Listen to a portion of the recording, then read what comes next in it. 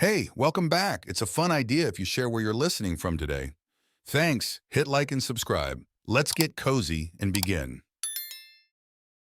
I sit at the dinner table, twirling spaghetti around my fork. The house is quiet, almost too quiet. Emma sits across from me, her eyes fixed on her plate. Our suburban home is a testament to our years together, solid, stable, and secure. I built this life for us, brick by brick, room by room. But lately, something feels off. My name is Jack. I'm a successful architect, and I've always prided myself on my loyalty and dedication to my family. Emma, my wife, is a beautiful, ambitious woman working in marketing. She's always been driven, and that's one of the things I loved about her. But over the past year, there's been a growing distance between us, an invisible wall that I can't seem to break down. As I take another bite, I glance at Emma. She's pushing her food around, not really eating. Our marriage of 10 years has hit a rough patch. I can feel it in the silence that fills our home. My best friend Mark and my sister Lisa have both noticed it too. They've asked if everything is okay, but I've brushed off their concerns, telling them we're just going through a phase. Jack, Emma says, breaking the silence. Her voice is soft, hesitant. We need to talk. I look up, meeting her gaze. There's something in her eyes I can't quite read. What is it? I ask, my heart starting to race. She takes a deep breath, then drops the bombshell. I'm not sure I love you anymore. The words hit me like a punch to the gut. I nearly choke on my dinner. What? I manage to say, my voice trembling. You're a good guy, Jack, she continues, her eyes now filled with tears. But I don't know if I can keep pretending everything is fine. I need to figure this out. And to do that, you need to leave the house and move out. I feel a surge of anger and disbelief. Move out? I'm not moving out of the house I've paid off the mortgage for. If anyone should leave, it's you. Emma's face hardens. I can't just leave. I need time and space to think.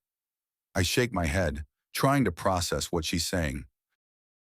So, you've been cheating on me, and now you want me to leave my own home? She doesn't deny it. Instead, she looks away, confirming my worst fears. I didn't mean for it to happen. It just did. I feel a mixture of rage and heartbreak. You'll have to leave, Emma. And since I'm such a great guy, I'll gladly help you pack your things. The tension in the room is unbearable. Emma stands up, her chair scraping against the floor. If you don't leave, I'll call the police. My eyes widen. You're going to call the police on me? For what? For making me feel unsafe, she says, her voice cold. I can't believe this is happening. The woman I've loved for a decade is standing there, threatening to call the cops on me. Everything seems ordinary, but this moment has completely changed my life. I know things will never be the same again. I sit in stunned silence, trying to process Emma's words. The anger surges through me, hot and fierce. You've been seeing someone else? I ask, my voice trembling with a mix of disbelief and fury. Emma doesn't meet my eyes. It wasn't planned. It just happened, she says, her tone defensive. My heart pounds in my chest, a drumbeat of betrayal. How long? She hesitates. 6 months. 6 months. Half a year of lies, of pretending everything was fine. I feel sick. Who is he? His name is David. We met at a conference. The name means nothing to me, but it cuts deep all the same. And you want me to leave? To make it easier for you two? Emma's gaze hardens. I need space, Jack, to figure things out. I'm not leaving the house. This is my home too. I've worked for it, paid for it. She stands up, her chair scraping against the floor. If you won't leave, then I'll have to. Fine, I snap. You can leave. I'll even help you pack your things. Emma glares at me. You're being unreasonable. Unreasonable? You've been cheating on me and now you're asking me to leave? How is that reasonable? She storms out of the dining room and I hear her footsteps pounding up the stairs. I sit there fuming, the anger and hurt swirling inside me. I know I need to call someone, get some advice. I pick up my phone and dial my lawyer's number. Hey, Jack, says David, my lawyer, when he answers. What's up? I quickly explain the situation, my words tumbling out in a rush. David listens quietly, then sighs. This is tough, Jack, but legally she can't force you to leave the house. You have rights. That's what I thought, I say, relief mixing with the anger. What should I do? Document everything, he advises. Any threats, any aggressive behavior, and try to stay calm. This could get messy. Thanks, David. I'll keep you updated.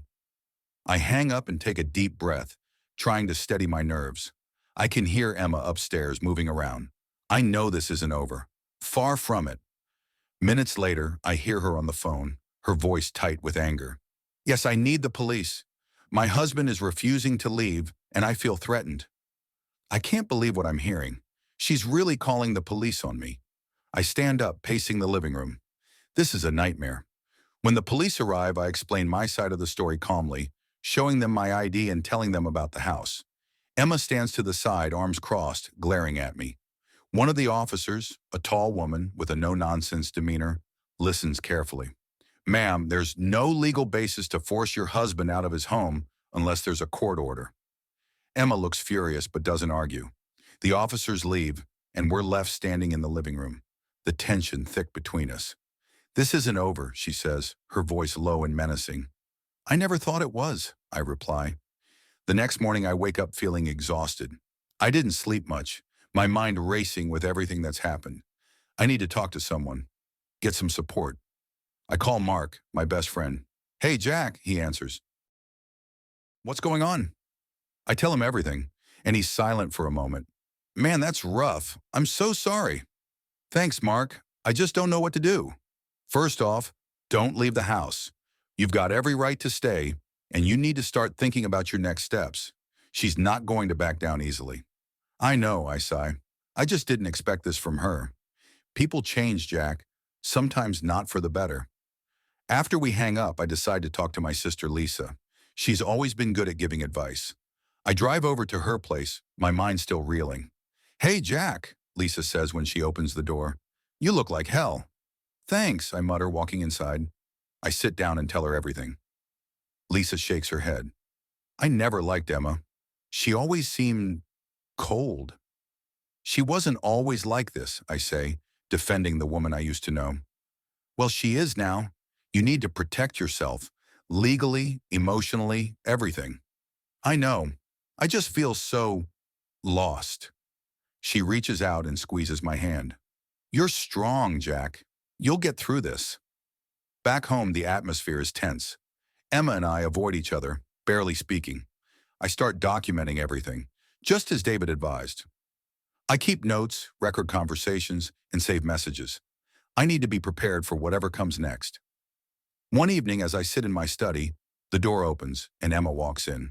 She looks different, softer. Jack, can we talk? I put down my pen and look at her. What is it? She sits down looking vulnerable. I never wanted it to come to this, but I need to be honest. I'm not happy. And you think I am? I ask, the bitterness clear in my voice. No, she admits, but we're stuck. I don't see a way out. There's always a way out, I say, but it doesn't involve me leaving my home. She sighs, and for a moment, I see a glimpse of the woman I fell in love with. I don't know what to do, Jack. We could try counseling, I suggest, even though I doubt it will help. We could try to fix this. I don't think counseling will change how I feel, she says quietly. Then what do you want, Emma? I want to be free, to figure out who I am, what I want. And you can't do that while we're married? No, she whispers. I can't.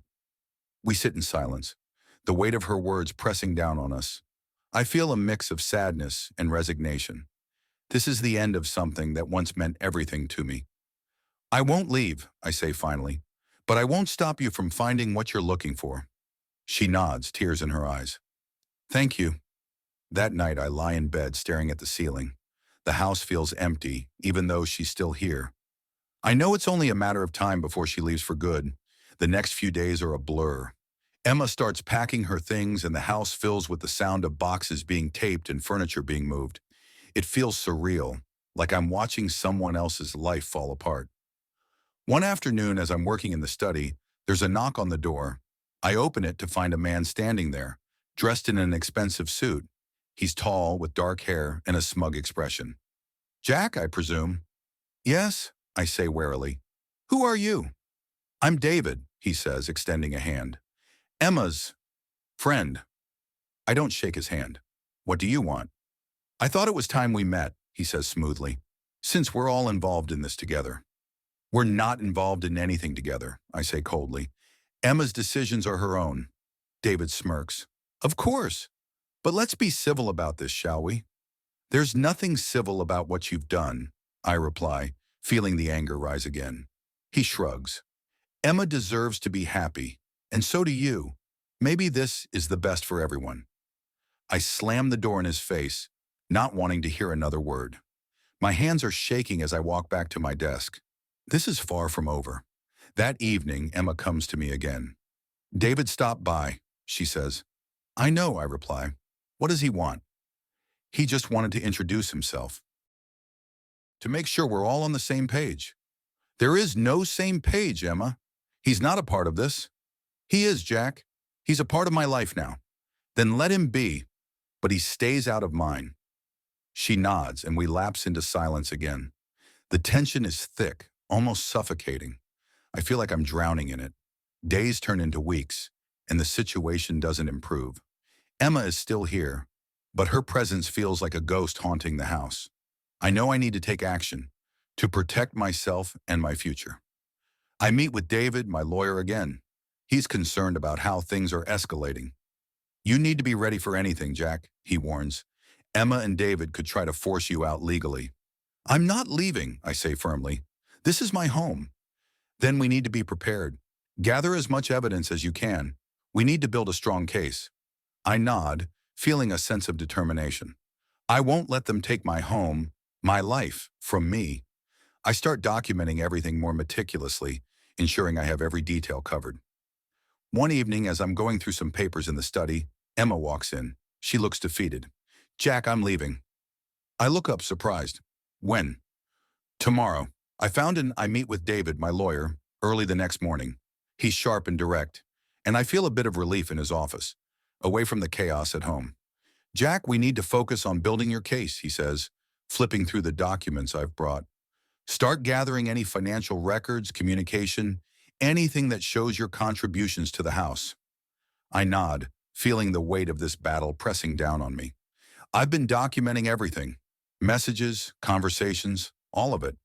Good, David says, looking up at me. This will get ugly. Emma's new boyfriend, David, is well connected and won't hesitate to use his influence. I know, I say, the name David leaving a bitter taste in my mouth. I'm prepared. Back at home, I try to talk to Emma. She's in the kitchen, sipping coffee, looking composed. Emma, we need to talk. She glances at me, her expression unreadable. What is it now, Jack? We can't keep living like this. There has to be a way to resolve this without tearing each other apart. She sighs, setting her mug down. I told you, I need space. You refusing to leave isn't helping. I'm not leaving, I say firmly, but we can figure something out. Split the house temporarily, stay in separate areas until this is resolved. Jack, that's not going to work, she says, shaking her head. David and I have plans. This house is part of those plans. I feel a surge of anger. Plans? To take my house? Our house, she corrects. And yes, we have plans. It's best for everyone if you just leave. I take a deep breath, trying to stay calm. That's not happening, Emma. I'll fight this with everything I have. The next few weeks are a whirlwind of legal meetings and tense conversations. David and Emma are relentless, filing legal proceedings to force me out. The documents are served while I'm at work, adding another layer of stress to an already unbearable situation. I confided my friends and family, seeking their support. Mark is furious on my behalf. Jack, this is bullshit. She can't just take everything you've worked for. I know, I say, feeling the frustration boil over. But they're determined. My sister Lisa is more measured. Jack, you need to stay strong. Document everything, stay calm, and don't let them provoke you.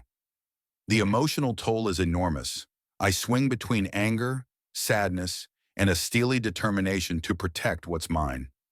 I spend late nights going through documents, preparing for the battle ahead. Every corner of the house is a reminder of the life Emma and I built together, now tainted by betrayal. One night, after a particularly grueling day, I'm in my study when Emma walks in. She looks conflicted, almost remorseful. Jack, I didn't want it to be like this. Then why? I ask, the pain clear in my voice. I needed more, she says softly. I felt trapped, and cheating on me was the answer? I'm sorry, she whispers, tears in her eyes. But we're past that now. We need to figure out what's next. What's next is that I'm not giving up this house, I say, my voice steady. You and David can do whatever you want, but this house is mine too. The next morning, I find an envelope on the kitchen counter. It's from Emma's lawyer, outlining their demands. They want me out within 30 days. I feel a fresh wave of anger and determination. I won't be bullied out of my own home. I take the letter to David, my lawyer. He reads through it, his expression hardening. They're playing dirty, Jack, but we have a strong case. We can fight this. And fight we do. The days blur into one another, filled with meetings, court filings, and tense standoffs. Emma and David are relentless, but I'm not backing down. My friends and family are my rock, their support giving me strength. One afternoon, I'm in the garden, trying to clear my head when I see Emma and David in the driveway. They're talking, their body language close and familiar. I feel a pang of jealousy and anger. This was my life, my future, now slipping through my fingers. David approaches me, a smug look on his face. Jack, you're only making this harder on yourself. I glare at him. This is my home, David. You have no right. Emma and I have plans for this place, he says, his tone condescending. You're just delaying the inevitable. We'll see about that, I say, turning away from him. As the legal battle intensifies, so does the emotional strain. I find myself on edge, snapping at colleagues, losing sleep. But I can't afford to lose focus. This is my life, my home, and I'll do whatever it takes to keep it. One evening, I'm working late in my study when my phone buzzes. It's a message from Lisa. She's found something. I call her immediately. Jack, I've been digging into David's background, she says, her voice urgent. He's not who he says he is. There's a lot of shady business deals, legal issues. This could help your case. My heart races. Send me everything you have. This could be the break we need. Armed with this new information, I meet with David, my lawyer. He's thrilled. This is exactly what we needed. We can use this to discredit him, weaken their case. The next few days are a flurry of activity as we gather evidence, prepare for court. The tension is palpable, but I feel a glimmer of hope. Maybe, just maybe, I can win this. Finally, the day arrives. The courtroom is a stark, intimidating place. Emma and David sit across from me, their lawyer looking confident. But I'm ready. We present our case, laying out the evidence against David. The judge listens intently, his expression unreadable. As the proceedings continue, it becomes clear that David's shady past is working against them. Their lawyer's confidence wanes, and I feel a surge of hope. This is my chance to reclaim my life. The tension reaches its peak as the judge reviews the evidence. I hold my breath, waiting for his decision. Finally, he speaks. Based on the evidence presented, it is clear that Mr. Jack has a legitimate claim to the house. The court rules in his favor. Relief washes over me, mingled with exhaustion. I've won. Emma and David look furious, but there's nothing they can do. The house is mine. The aftermath is a blur of emotions. Emma moves out, her relationship with David strained by the courtroom drama. I feel a mixture of sadness and triumph. This isn't the ending I wanted, but it's the one I needed. With Emma gone, I start to reclaim my home. I make changes, redecorating, turning it into a space that reflects my new life. It's a slow process, but with each change, I feel a little more at peace. One evening, as I'm painting the living room, Mark and Lisa stop by. They help me, their presence a comforting reminder that I'm not alone. We laugh, share stories, and for the first time in months, I feel a sense of hope. As we finish up, Lisa pulls me aside. Jack, you did it. You fought for what's yours. I'm so proud of you. Thanks, Lisa, I say, my voice choked with emotion. I couldn't have done it without you. Mark claps me on the back. You're stronger than you know, Jack. This is just the beginning. I smile, feeling a spark of something I haven't felt in a long time. Hope. The house is more than just a building. It's a symbol of my resilience, my determination to fight for what's right. As the days pass, I continue to rebuild. It's not easy, and there are moments when the weight of it all feels overwhelming, but I push through one step at a time. My friends and family are my support, their presence a constant reminder that I'm not alone. The legal proceedings have left scars, both emotional and financial, but I'm determined to move forward, to create a new life out of the ashes of the old one.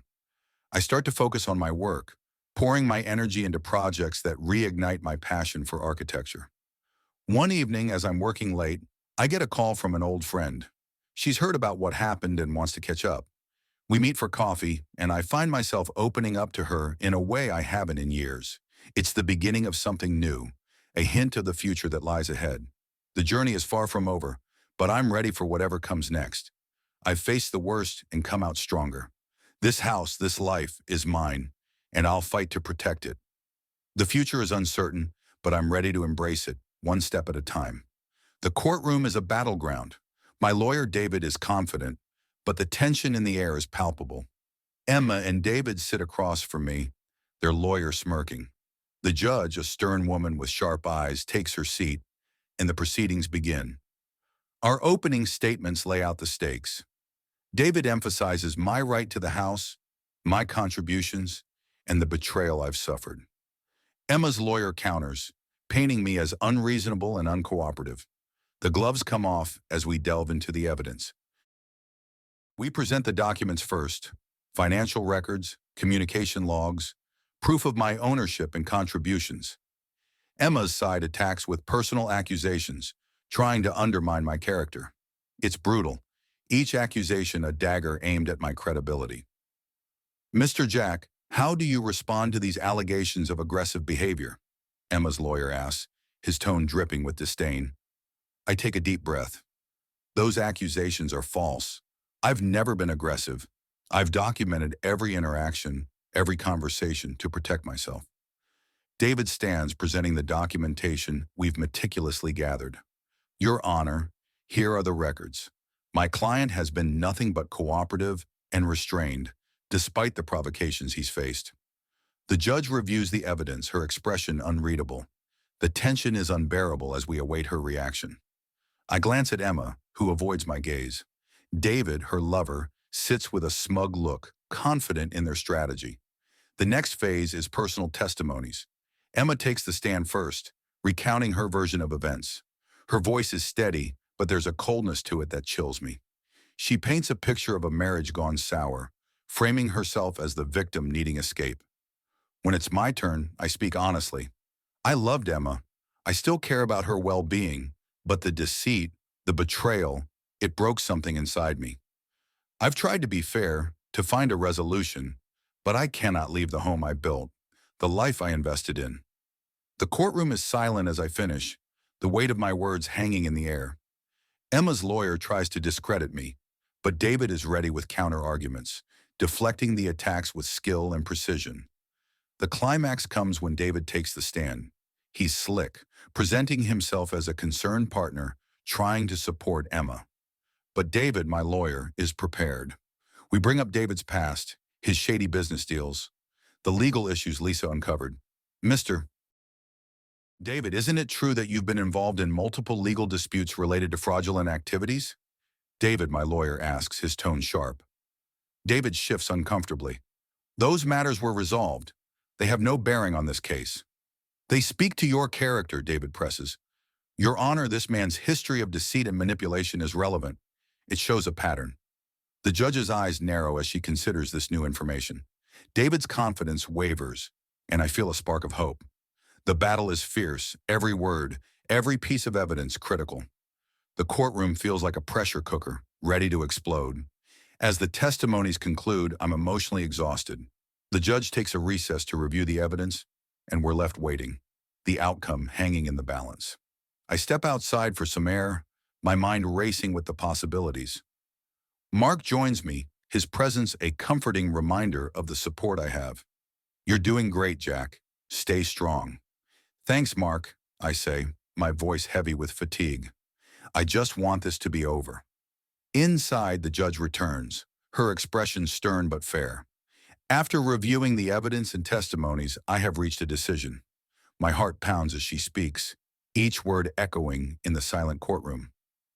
Mr. Jack has demonstrated his substantial contributions to the property and has been cooperative despite the challenges presented. The accusations against him lack sufficient evidence. The court rules in favor of Mr. Jack retaining ownership of the house. Relief floods through me. I've won. Emma and David look furious, their plans shattered. The victory is bittersweet, but it's a victory nonetheless. The aftermath is immediate. Emma moves out, her departure marked by cold indifference. David disappears from the scene, his smug demeanor replaced by anger and disappointment. I'm left to pick up the pieces, but for the first time in months, I feel a sense of peace. Reclaiming the house is a slow process. I start with small changes, redecorating rooms, removing traces of the life Emma and I shared. It's therapeutic, each change a step toward healing.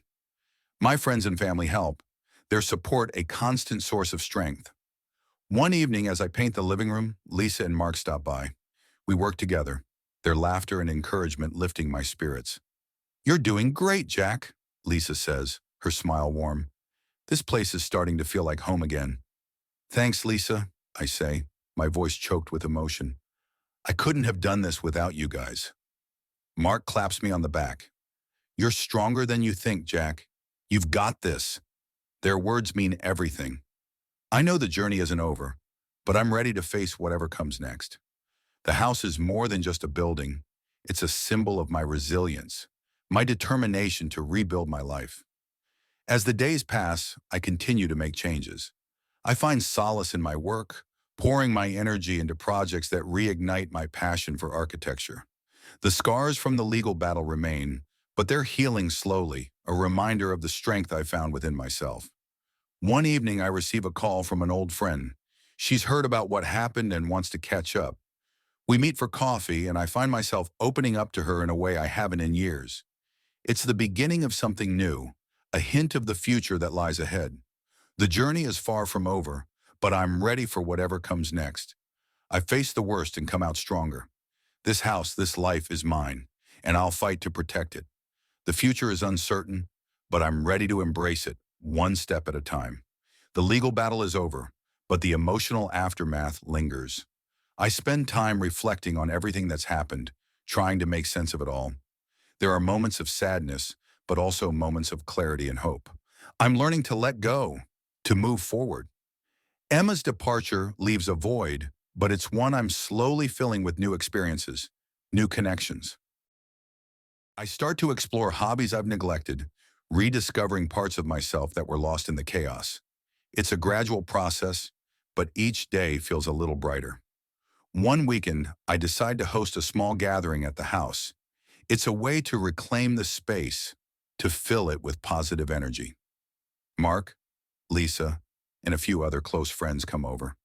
We grill in the backyard, the air filled with laughter and the smell of barbecued meat. As the sun sets, we gather around the fire pit, sharing stories and reminiscing. It feels good, this sense of normalcy, of connection. I look around at my friends, feeling grateful for their unwavering support. Lisa raises her glass. "To new beginnings," she says, her eyes sparkling. "To new beginnings," we all echo, clinking our glasses together. The path to healing isn't easy, but it's worth every step. I'm learning to embrace the uncertainty, to find strength in the unknown. This experience has changed me, but it's also made me realize how resilient I am. As the evening winds down, I stand in the backyard, looking at the house. It's not just a structure, it's a testament to my journey, my fight to reclaim my life. I know there will be challenges ahead, but I'm ready to face them. One morning, a few weeks later, I receive a letter in the mail. It's from Emma. My heart races as I open it, unsure of what to expect. The letter is brief, an apology of sorts. She acknowledges the pain she caused and wishes me well. It's a small gesture, but it brings a sense of closure. I fold the letter and put it away, feeling a weight lift from my shoulders. This chapter is ending, but a new one is beginning. I'm ready to embrace the future, whatever it may hold. With each passing day, I find more reasons to smile, more reasons to look forward. The journey has been long and arduous, but it's also been transformative. I've discovered strength I didn't know I had, found support in unexpected places, and learned to value myself in a way I never did before. The house stands as a symbol of my resilience, a place where I've faced my demons and come out stronger. The future is a blank canvas, and I'm ready to paint it with vibrant, hopeful colors. This is just the beginning, and I'm excited for what's to come. Emma and David have finally been exposed. The courtroom tension, the weight of the testimonies, the evidence, it all culminated in a moment of truth. With undeniable proof of their deceit laid bare, Emma breaks down under pressure. Her face is a mixture of regret and desperation as she admits to the lies, the manipulation, the betrayal. The judge's ruling is a vindication. The court rules in favor of Mr. Jack retaining ownership of the house. Those words are a lifeline pulling me out of the abyss. Emma and David look devastated, their plans shattered. For the first time in months, I feel a surge of hope, a sense of reclaiming what's rightfully mine. Emma's departure is swift. She packs her things in a flurry of movement, barely looking at me. David doesn't show his face. I watch as the last of her boxes disappear, the front door closing behind her with a finality that leaves me breathless. The silence that follows is heavy, but it's a silence filled with possibility, not dread. The house feels different now, almost foreign. I walk through each room, touching the walls, the furniture, reclaiming it all. I start making changes. Small at first, repainting the living room, replacing old furniture, adding personal touches that reflect my new beginning. It's therapeutic, each brushstroke and new piece a step toward healing. My friends and family rally around me. Mark and Lisa are constants, their support unwavering. We spend evenings together, laughing, reminiscing, helping me to fill the house with new memories. One night, as we sit around the dining table, Lisa raises her glass. "To new beginnings," she says, her smile warm and encouraging. "To new beginnings," I echo, the words resonating deeply within me. It's a toast to the future, to the life teachers and rebuilding from the ashes of the past. I take time to reflect on the entire ordeal, the legal emotional scars, the nights spent in turmoil. All of it has shaped me, made me stronger. I start seeing a therapist, talking through the pain, the betrayal, the loss. It helps. I'm learning to let go, to move forward with a lighter heart. Now work becomes a refuge. I throw myself into new projects, finding solace in the creativity and precision of architecture. Each new design, each completed project feels like a step forward, a piece of the puzzle falling into place. My colleagues notice the change in me, a renewed energy, the determination that wasn't there before. One afternoon, while looking through some old files, I come across photos from happy Emma and I at our wedding, on vacation, celebrating milestones. It's bittersweet, but the sharp pain anymore. No, so instead, there's a sense of closure. Those moments are part of my past, but they don't define my future. And as the days turn into weeks and I continue to reclaim my home, I start a garden in the backyard, something I've always wanted to do. It's hard work, but change, flowers bloom, the vegetables grow. Accomplishment. It's another piece of my new life falling into place. My social life begins to reconnect with old friends, make new ones. So I join a local gym, taking up boxing to now to channel my energy. It's intense, but it's exactly what I need. Each punch, each drop of sweat is a release, a way to purge the lingering negativity. One evening, after a particularly grueling workout, I receive a message from an old friend, Sarah. We haven't spoken in years about everything and wants to catch up. We meet for coffee and the conversation flows easily, naturally. It feels good to talk to someone outside of my immediate circle, to share my journey and listen to hers. Sarah and I start meeting regularly. There's no pressure, just a growing friendship that feels both familiar and new. One night, as we walk along the river, she turns to me, her eyes searching. "How are you really doing, Jack?" I pause, considering my answer. "I'm healing. It's been tough, but I'm finding my way." She smiles, a genuine warmth that reaches her eyes. "I'm glad. You deserve happiness, Jack." Her words stay with me, echoing in my mind. I realize that I do deserve happiness, that it's okay to look forward to the future, to open myself up to new possibilities. The house continues to transform. I tackle bigger projects, renovating the kitchen, creating a home office, turning the spare bedroom into a guest room. Each change, each improvement is a testament to my growth, my journey from despair to hope. Emma's absence becomes less of a void and more of a relief. I no longer feel the weight of her betrayal pressing down on me. Instead, I feel lighter, freer. I'm learning to embrace my new reality, to find joy in the small moments. One Saturday morning, as I'm finishing up some yard work, Lisa stops by. She looks around, taking in the changes.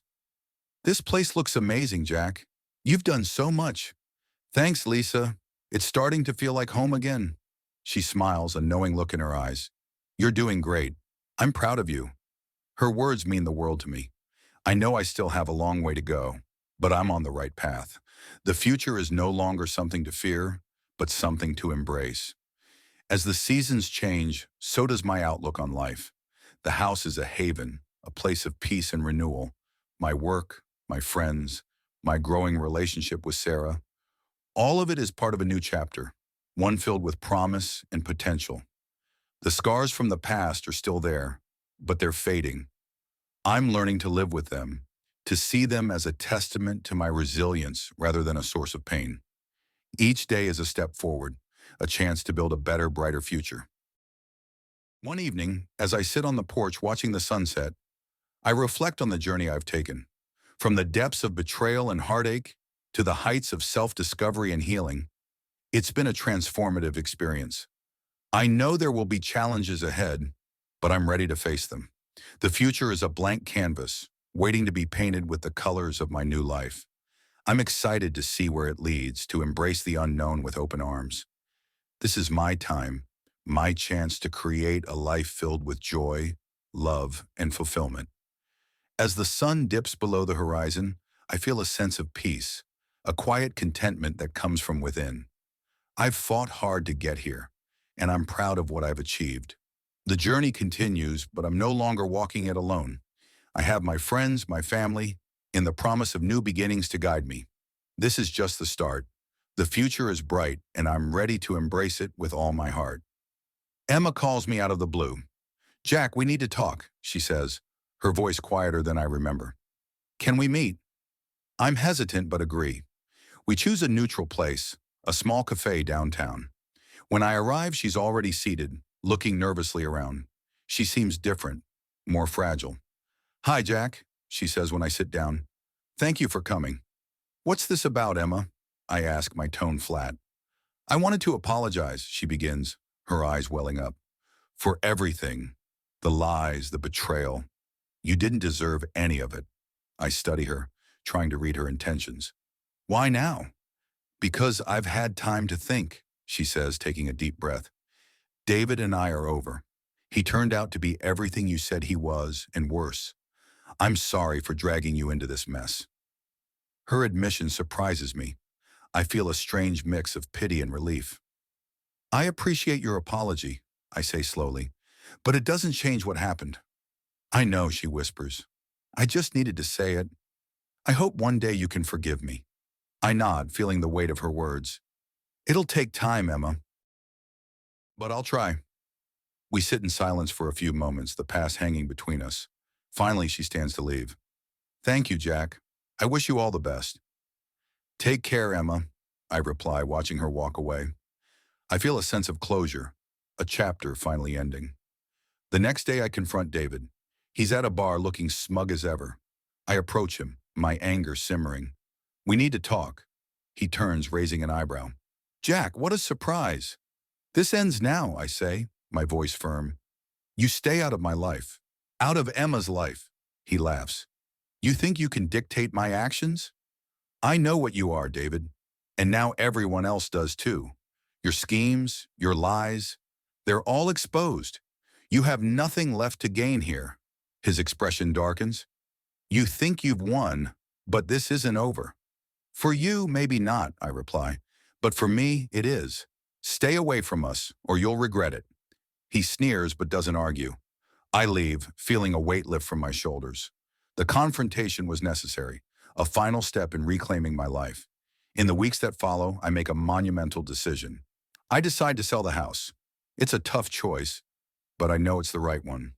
This place holds too many memories, both good and bad. I need a fresh start, a new beginning. I put the house on the market and begin searching for a new place. It's both exciting and daunting, but I feel ready. I want a home that reflects the person I've become, not the person I used to be. As I pack up my belongings, I come across old photos and mementos. I keep some, but most I let go. It's a cleansing process, shedding the weight of the past. My friends and family help, their support unwavering. One evening, Sarah stops by. We've grown closer over the past months, our friendship deepening. She looks around the half-empty house and smiles. Big changes, huh? Yeah, I say, feeling a mixture of sadness and anticipation. It's time for a fresh start. She nods, her eyes warm. I'm proud of you, Jack. You've come a long way. Thanks, Sarah. I couldn't have done it without you. We spend the evening talking about the future, our hopes and dreams. There's a chemistry between us, something unspoken but undeniable. I feel a spark of excitement, a glimpse of what could be. The day I finalize the sale of the house is bittersweet. I take one last walk through the empty rooms, memories flooding back. I close the door behind me with a sense of finality, ready to embrace the new chapter ahead. I move into a modern apartment downtown. It's a complete change from the suburban house, but it feels right. The space is bright, open, filled with possibilities. I start decorating, making it my own. Each piece of furniture, each decoration, is a step toward building my new life. Work becomes a central focus. I take on new projects, push myself creatively. The challenge invigorates me, reignites my passion for architecture. My colleagues notice the change, their respect and admiration evident. Socially, I reconnect with old friends and make new ones. I join clubs, attend events, and open myself up to new experiences. It's liberating, the freedom to explore and grow. Sarah and I continue to grow closer. We start dating, taking things slow. There's a comfort and ease between us, a natural progression. One evening, we're sitting on my balcony, watching the city lights. She turns to me, her eyes shining. Jack, I'm really happy, she says softly. Being with you feels right. I smile, feeling a warmth spread through me. Me too, Sarah. I'm excited about the future. Our relationship flourishes, built on trust and mutual respect. We support each other's dreams, share our fears and hopes. It's a partnership, a new beginning. The emotional scars from the past start to fade. I learn to trust again, to open my heart. There are moments of doubt, but I push through, leaning on my support system. One weekend, I visit Mark and Lisa. We sit in their backyard talking about everything that's happened. You've come so far, Jack, Lisa says, her eyes filled with pride. I'm so happy for you. Thanks, Lisa. It's been a journey. Mark claps me on the back. You've shown incredible strength. We're here for you, always. Their words mean everything. I know I wouldn't be where I am without them. Their support has been a lifeline, guiding me through the darkest times. As the months pass, I settle into my new life. The apartment feels like home, a place of comfort and peace. My relationship with Sarah deepens, filled with love and laughter. We talk about the future, our plans and dreams. I start thinking about new career opportunities, ways to challenge myself professionally. I attend seminars, network with industry leaders. The possibilities excite me, fill me with a sense of purpose. One evening, Sarah and I are cooking dinner together. She looks at me, a serious expression on her face. Jack, have you thought about what's next for you? I nod, considering her question. I have. I'm thinking about starting my own firm. It's something I've always wanted to do. Her eyes light up. That's amazing, Jack. You'd be great at it. I think so too, I say, feeling a surge of determination. It's time to take that leap. The idea takes root, growing stronger each day. I start planning, researching, laying the groundwork. It's a big step, but I'm ready. The future feels bright, filled with promise. One afternoon, I receive an unexpected call. It's from an old college friend, offering a partnership opportunity. It's a dream come true, a chance to collaborate on exciting projects. I accept, feeling a sense of fulfillment and excitement. The days blur into a whirlwind of activity. I'm busier than ever, but it's a good kind of busy. My life is filled with purpose, my heart with joy. The journey from betrayal to empowerment has been long, but it's shaped me into the person I am today. As I stand on the balcony of my new apartment, looking out over the city, I feel a sense of peace. The past is behind me, the future ahead. I'm ready to embrace it all, to live fully and fearlessly. This is my time, my chance to create a life filled with love, success, and happiness. The journey continues, but I'm no longer walking it alone. I have my friends, my family, and the love of my life by my side. The future is a blank canvas waiting to be painted with the colors of my new life. I'm excited to see where it leads, to embrace the unknown with open arms. This is just the beginning, and I'm ready for whatever comes next. Life has a way of surprising you, turning your world upside down, and then, when you least expect it, offering you a second chance. That's the lesson I've learned through this tumultuous journey. Reflecting on my journey from betrayal to empowerment, I can hardly believe how far I've come. It all started with Emma's shocking declaration that she wasn't sure she loved me anymore. That night shattered the illusion of our marriage and set me on a path of self-discovery and resilience.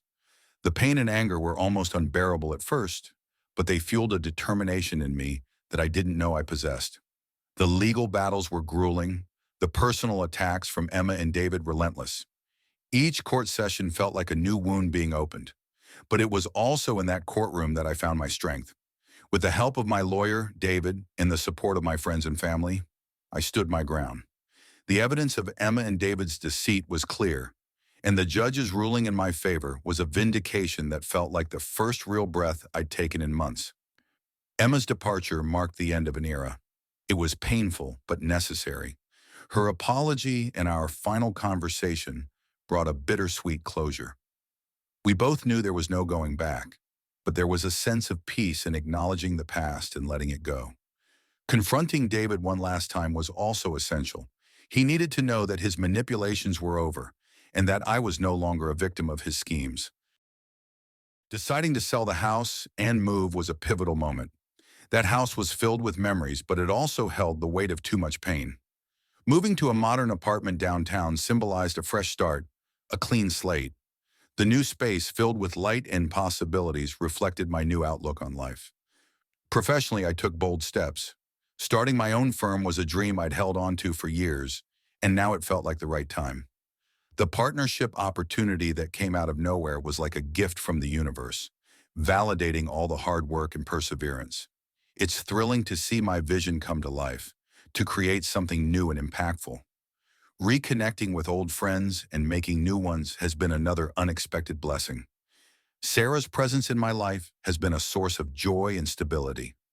Our relationship is built on mutual respect and understanding, and it feels different, healthier, more genuine. We support each other's dreams and face challenges together, a true partnership. The emotional scars are still there, but they've faded, becoming part of the tapestry of my life rather than defining it. Therapy has helped immensely, allowing me to process the trauma and move forward with a clear mind and an open heart. I've learned to trust again, to open myself up to new experiences and possibilities. Looking ahead, I feel a sense of excitement and anticipation. My new firm is thriving, and I'm exploring innovative projects that push the boundaries of architecture. I'm also taking time to enjoy life, traveling, pursuing hobbies, and spending quality time with loved ones. The future is a blank canvas, and I'm ready to paint it with vibrant, hopeful colors. Sarah and I talk about the future often. We're taking things one step at a time, but there's a shared vision of what we want: happiness, success, and a life filled with love and adventure. It's comforting to have someone by my side who understands and supports me unconditionally. I've come to realize that life's unpredictability is both its challenge and its beauty. You can't control everything, but you can choose how to respond. Adversity has taught me resilience. Betrayal has taught me strength, and loss has taught me the value of what truly matters. As I stand on the balcony of my apartment, looking out over the city, I feel a deep sense of gratitude. The journey hasn't been easy, but it's brought me to a place of peace and fulfillment.